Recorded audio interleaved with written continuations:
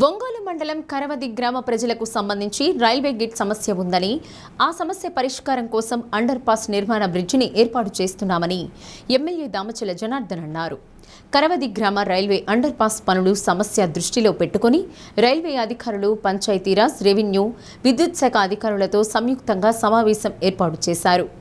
Railway under pass SC colony వెళ్లేందుకు ఎన్నో సంవత్సరాల నుండి ఇబ్బంది పడుతున్నారని, దానికి రైల్వే శాఖ 3.5 మీటర్ల ఎత్తుతో నిర్మాణం చేసేందుకు ప్రతిపాదనలు పంపారని, పెద్ద లారీలు వెళ్లాలంటే ఇబ్బందులు తన దృష్టికి వచ్చాయని, అందుకోసం 4.5 మీటర్ల ఎత్తులో నిర్మాణ పనులు చేపట్టాలని, అలాగే ఎస్సీ కాలనీలోని ప్రజలందరూ రాకపోకలు నిర్వహించేందుకు తాత్కాలిక మరమ్మత్తు రోడ్డును నిర్మాణం చేపట్టి సమస్య పరిష్కరిస్తామని కాలనీ వాసులకు హామీ ఇచ్చారు.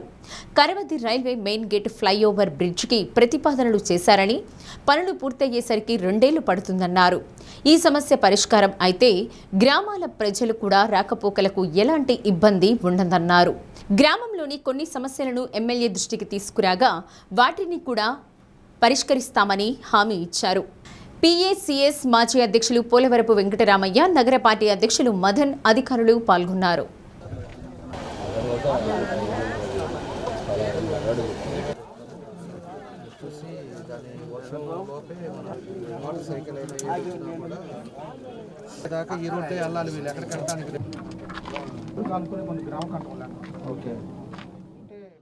ఈరోజు ఎప్పటి నుంచో కరవాది కూడా మేజర్ ప్రాబ్లము.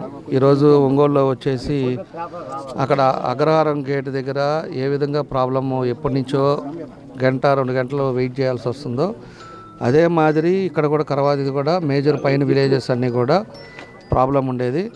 దీనికి ఆర్ఓబిది ఒకటి శాంక్షన్ అవ్వటం జరిగింది, పైన అది కూడా మొదలు పెడుతున్నారు. ఇక్కడ మన ఎస్సీ కాలనీకి ఇక్కడ అండర్ పాస్ కూడా దీన్ని కూడా శాంక్షన్ అయిపోయి అండర్ పాస్ దగ్గర చిన్న చిన్న ఇష్యూస్ ఉంటే దానికోసం అని చెప్పి ఈరోజు వచ్చాం. అదేవిధంగా విజయవాడ మన రైల్వే వాళ్ళు, అదేవిధంగా మన ఎంఆర్ఓ గారు, మన గ్రామస్తులు అందరితోటి, ఇంకా ముఖ్య నాయకులు మన వెంకటరామయ్య కానీ వీళ్ళందరితో కూడా ఇక్కడ ఉండే మేజర్ సమస్య ఏందనేది కూడా అందరు కూడా గ్రూప్ డిస్కషన్ పెట్టాం. అదేవిధంగా పంచాయతీరాజ్ డిపార్ట్మెంట్ వాళ్ళు కూడా వచ్చారు, ఈ గారు వీళ్ళంతా కూడా వచ్చారు. కాబట్టి దాన్ని అన్నీ వాళ్ళకు కూడా పూర్తిగా అర్థమయ్యేటట్టు వాళ్ళందరికీ కూడా వివరించడం జరిగింది. దాంట్లో ఇది 3.5 మీటర్స్ మనకు అండర్ పాస్ పెడతానంటున్నారు. అండర్ పాస్ 3.5 పెడితే ఇబ్బంది వస్తుంది. రేపు భవిష్యత్తులో ఏమైనా హెవీ వెహికల్స్ వెళ్ళాలంటే ప్రాబ్లం అవుద్దని చెప్పేసి అవన్నీ చెప్పిన తర్వాత ఇప్పుడు దానికి కూడా వాళ్ళు 4.5 దాకా వాళ్ళ పైన వాళ్ళతో కూడా మాట్లాడి దాన్ని రెక్టిఫై చేస్తామని చెప్పారు. అది చేస్తే భవిష్యత్తులో కూడా ఇప్పుడు ఇబ్బంది లేకుండా ఉంటుందని చెప్పి దానికోసం ఈరోజు అందరినీ కూడా పిలిచి పెట్టాం. ఇప్పుడు ప్రస్తుతానికి ఏదైతే ఈ రోడ్డు ఉందో ఆ రోడ్డును కూడా దాన్ని మళ్ళీ లో లెవెల్లో ఉంది కాబట్టి దాన్ని కొంత రెక్టిఫై చేసి రేపు వర్షాకాలంలో వాటర్ వచ్చినా ఇబ్బంది లేకుండా ఉండటానికి దాన్ని ఏం చేయాలనేది కూడా దాన్ని కూడా ఇన్స్ట్రక్షన్స్ ఇచ్చాం. అదేవిధంగా కొంత సైట్ కొంచెం కావాలని చెప్తే రెవెన్యూది కూడా ఎంఆర్ఓ కూడా చూసి దాన్ని కూడా లోపల కాలనీకి పోయేటప్పుడు ఇబ్బంది లేకుండా ఉండేటట్టుగా దాన్ని కూడా చెప్పడం జరిగింది. ఓవరాల్గా ఇదేమో ఒక 7 నెలల్లో అండర్ పాస్ రెడీ అయిపోద్ది. ఏదైనా కూడా 1.5-2 ఇయర్స్ లోపల పూర్తిగా ఈ 2 కూడా కంప్లీట్ అవుతాయి. ఇంకొక 2 మంత్స్లో ఏమో మన అగ్రహారం గేట్ది కూడా అది కూడా ఓపెన్ చేస్తున్నాం. ఆ తర్వాత సూర్రెడ్డిపాలెం కూడా అది కూడా శాంక్షన్ అయింది. టంగుటూరులో కూడా ఒక 2 అయినాయి. ఈరోజు ఉండే పరిస్థితుల్లో మన ప్రభుత్వం వచ్చిన తర్వాత కూడా మనం పిహెచ్సి సెంటర్లు, అలాగే విలేజ్ సెంటర్లు అన్నీ కూడా పెడుతున్నాం. హెల్త్ సెంటర్లు కూడా పెడతా ఉన్నాం. ఎక్కడెక్కడైతే సచివాలయాలు ఉన్నాయో అక్కడ కూడా హెల్త్ విలేజ్ పెట్టడం జరుగుతూ ఉంది.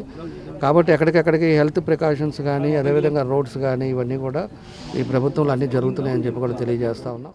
అండర్ పాస్ ఏర్పాటు చేయడానికి వారికి రైల్వే అధికారులకు తెలియజేయడం అయింది. అదేవిధంగా హైట్ కూడా 3.5 మీటర్ పెడతామంటే కాదు 4.5 మీటర్ పెట్టాలా, దానికి గట్టిగా ప్రయత్నం చేయమని మాట్లాడటం జరిగింది. అదేవిధంగా ఇక్కడ కాలనీ వాసులకి ప్రస్తుతానికి వెళ్ళటానికి రావడానికి ఇబ్బంది లేకుండా పంచాయతీరాజ్ డిపార్ట్మెంట్ వారికి రోడ్డు ఏర్పాటు చేయడానికి వారికి కూడా ఆదేశాలు జారీ చేయడం అయింది.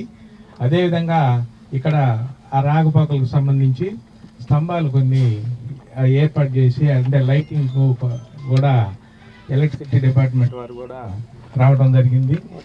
సార్ వచ్చిన తర్వాత ఈ 2 సంవత్సరాల్లో 3 బజార్లకి side lines, culverts, CC roads, అదేవిధంగా శ్మశానానికి వెళ్ళడానికి మెటల్ రోడ్ ఏర్పాటు చేసి అక్కడ కల్వర్ట్ కూడా చేయటం జరిగింది. అదేవిధంగా ఇంకా మిగిలిపోయినటువంటి పనులు కూడా పూర్తి చేస్తానికి ఆయన సహాయ సహకారాలతో ఇవన్నీ కూడా పూర్తి చేయడం జరిగిందని చెప్పి ఈ సందర్భంగా తెలియజేస్తున్నాను.